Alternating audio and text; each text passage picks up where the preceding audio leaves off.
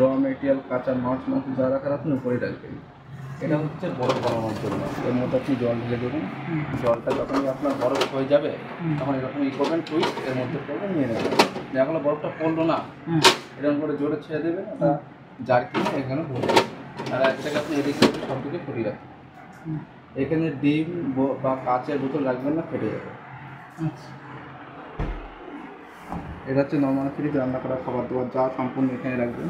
এটা হচ্ছে সবজি রাখার জন্য বা ফল রাখার জন্য এখানে, ঠিক আছে?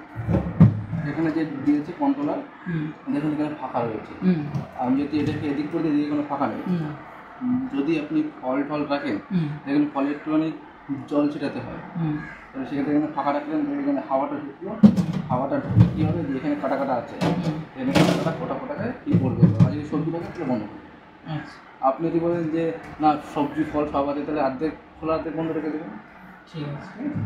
আপনার মেইন কন্ট্রোল হচ্ছে প্যানেল। প্যানেল হচ্ছে যে ওপরেরটা আছে ফ্রিজার, মানে আপনি ওপরটাকে কন্ট্রোল করছেন, আর ফ্রিজ মানে নিচেরটা।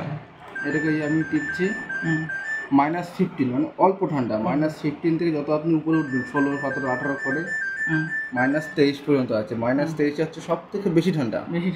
আর এটা হচ্ছে 3, এটা 7 থেকে শুরু হচ্ছে। 7 থেকে যত লাভবে 6, 5, 4, 3 করে যত আপনি একের দিকে নিয়ে আসছেন তত ঠান্ডা বেশি। আর যত বাড়িয়ে রাখবো 7টায় লাস্ট বাড়ানো, সাথে রাখলে মানে নর্মাল থাকবে, সাথে অল্প ঠান্ডা আর একে বেশি ঠান্ডা। আর এটা হচ্ছে -15 তো অল্প ঠান্ডা, -23 বেশি ঠান্ডা। এবার আপনি এটাকে চাইছেন যে কম বেশি করতে, তখন এই বোতামটাকে টিপে কম বেশি করতে হবে, আর এটাকে কম বেশি করতে চাইলে এই বোতামটাকে কম বেশি করতে হবে। আমি যদি মনে করি যে ডিপটাকে বন্ধ রেখে দেবো, এই যে লেখা আছে কনভার্টেবল, এটাকে আপনি 3 সেকেন্ড হোল্ড করে রাখবেন, ছাড়বেন না।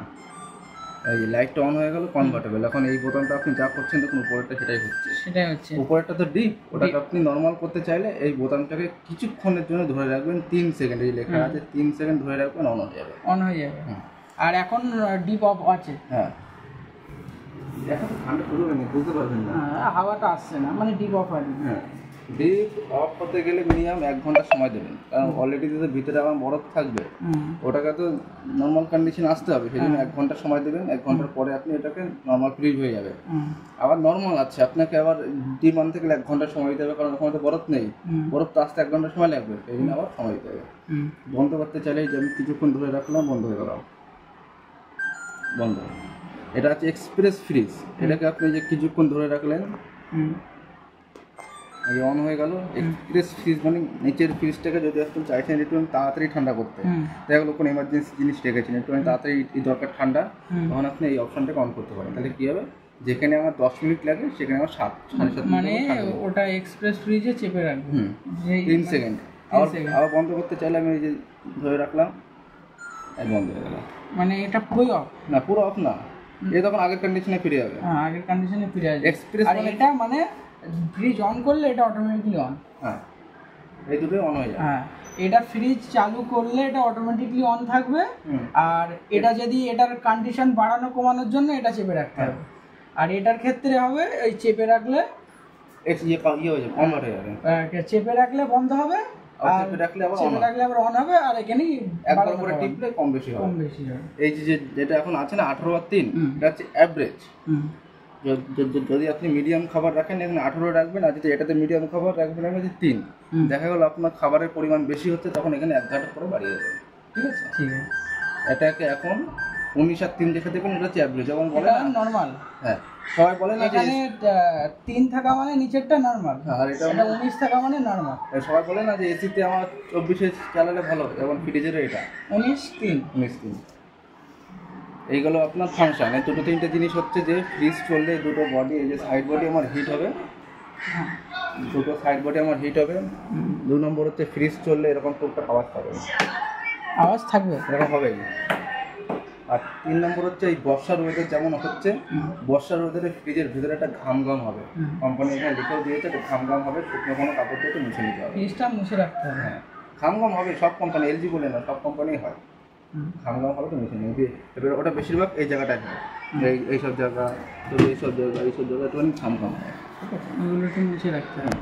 এখন এই যে অন করে দিলাম, এখন বাজে হচ্ছে ধরুন 12টা, আপনি বিকেল 4টে থেকে 5টার পরে আস্তে আস্তে খাওয়াটা খাতে শুরু করবেন। কারণ প্রথমবার অন করা হয়েছে, পুরো গ্যাস পুরো শরীরে ছড়াতে মিনিমাম প্রথমবার 5 থেকে 6 ঘন্টা লাগে প্রথম। তারপরে যখন এটা আপনার রেগুলার হয়ে যাবে 1-1.5 ঘন্টার মধ্যে বরফ পেয়ে যাবে। আর ইউনিট কোয়ালিটিটা বলছি যে ইউনিট কোয়ালিটি যেখানে কত লেখা আছে 232। 232 আপনার ধরুন সারা বছরে ফ্রিজ যদি একভাবে চালানো থাকে, আমি সেটা বলছি না, ফ্রিজ যদি সারা বছরে 500 ইউনিট খায়, সারা বছরে যদি 500 ইউনিট খায়, তার থেকে 232 ইউনিটও বাঁচাবে।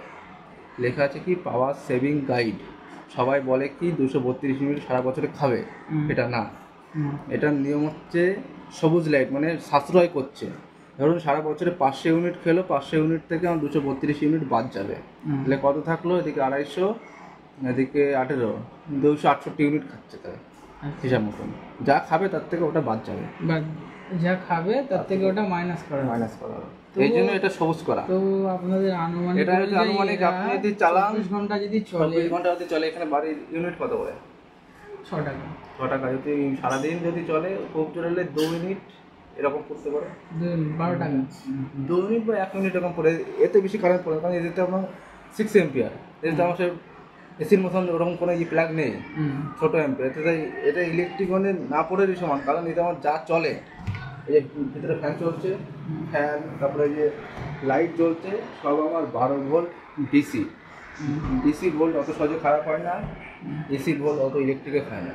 একমাত্র আমার এসি কোনটা আছে, এসি আছে কম্প্রেসার, আদার্স আর কোনো কিছু নেই। আর কম্প্রেসার এমন একটা কম্প্রেসার দিয়ে রেখেছে যে আপনার দেখা গেলো এই যে 19 আর 3 দেখেছেন, 19 আর 3 আসলে কম্প্রেসারকে স্লো করতে হবে। এতে কী হলো, ইলেকট্রিক বিলটাও করবে না। আগেকার ফ্রিজে কী হতো, একবারে কম্প্রেসারকে বন্ধ করে দিত, যখন অন হতো তাহলে অনেকটা একবারে ইলেকট্রিক করতো, সেই সিস্টেম। এই জন্য তো লিখে রয়েছে স্মার্ট ইনভার্টার। আচ্ছা, আর আরেকটা সিস্টেম যে কালকে বলছিল, ধরো আজকে ফ্রিজ এখন 2 দিন কারেন্ট থাকবে না, তো 24 ঘন্টা বা তার থেকেও বেশি এর ভিতরে মাল সঞ্চয় রাখা যাবে। আপনি যদি পাল্লা না খোলেন, পাল্লা খুলে তো সব ঠান্ডা বেরিয়ে যাবে।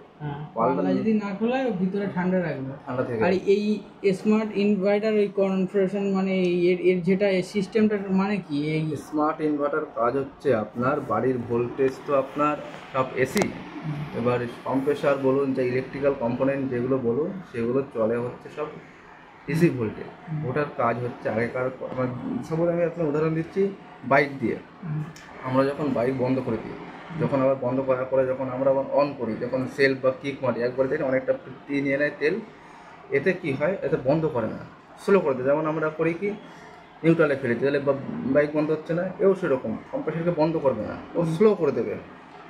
লো ভোল্টেজ আছে, জিনিসটাকে স্লো করে দিলে চাপ পড়লো না। আবার যখন ঠান্ডার প্রয়োজন, তখন অটোমেটিক আবার অন হবে। তাহলে কি হলো, কম্প্রেসারে বন্ধ হলো না, ইলেকট্রিক বিলও সেরকম হচ্ছে না। এটা স্পিডটাকে ভ্যারিয়েশন করে। আর এই কম্প্রেসার যাতে খারাপ না হয়, কোম্পানি এমন সিস্টেম করে রেখেছে, এই যে অন করলেন, এখনও কিন্তু কম্প্রেসার অন হয়নি, 7 থেকে 8 মিনিট পরে গিয়ে কম্প্রেসার অন হবে। তাহলে কী হবে, দেখা গেলো আপনার বাড়ির ভোল্টেজ লো, ও তো কম্প্রেসার অন করলে তো খারাপ হওয়ার চান্স থাকে। আগেও সব কিছু বুঝবে যে বাড়ির ভোল্টেজ স্টেবল আছে কিনা, তারপরে গিয়ে কম্প্রেসার অন হবে। এমন সিস্টেম করে রেখেছে। যে কারেন্টের এদিকে কি বুঝলে অসুবিধা হবে কি? অসুবিধা নেই, এখানে লেখাই যাচ্ছে ওয়ার্ক উইদাউট স্টেবিলিটি। আপনার বাড়ির ভোল্টেজ যদি 100 থেকে 310 থাকে, তাও মেশিন চলে যাবে। কিন্তু যদি আপনার কন্টিনিউ 100 থেকে 30 দিয়ে 310 আছে, তাহলে অসুবিধা হবে। দেখা গেলো হঠাৎ করে আপনার এখন আছে কত, 250 আছে, হঠাৎ করে এসে গেলো কত, 170, 180 বা 150 এসে গেলো। কম্প্রেসারকে চালাবে, ও যখন দেখছেন যে আমি আর পাচ্ছি না, তখনও বন্ধ করতে হবে। কারণ জানতে পারবেন না, কারণ ওই নিয়ম তো নেই যেমন কন্টিনিউ আমার লো ভোল্টেজ থাকবে। আর ওটা তো সবসময় থাকে না, কিছুক্ষণের জন্য থাকে। স্ক্রিনটা বোতাম করুন, টিপুন। আর ফ্রিজের ওয়ারেন্টি 1 বছর, আর কম্প্রেসারের ওয়ারেন্টি 10 বছর। ফ্রিজের 1 বছরের মধ্যে আপনার যদি ইঁদুরে বা পিঁপড়ে যদি খারাপ করে, তাহলে পয়সা লাগে, আদার্স আর কোনো কারণে পয়সা লাগে না। ঠিক আছে, ফ্রিজ আপনি চালান, আর 6 ঘন্টা পরের থেকে খাবার দাবার আসবেন। এর বিলটা একটু মনে পেবেন, ওই ওয়ারেন্টিটা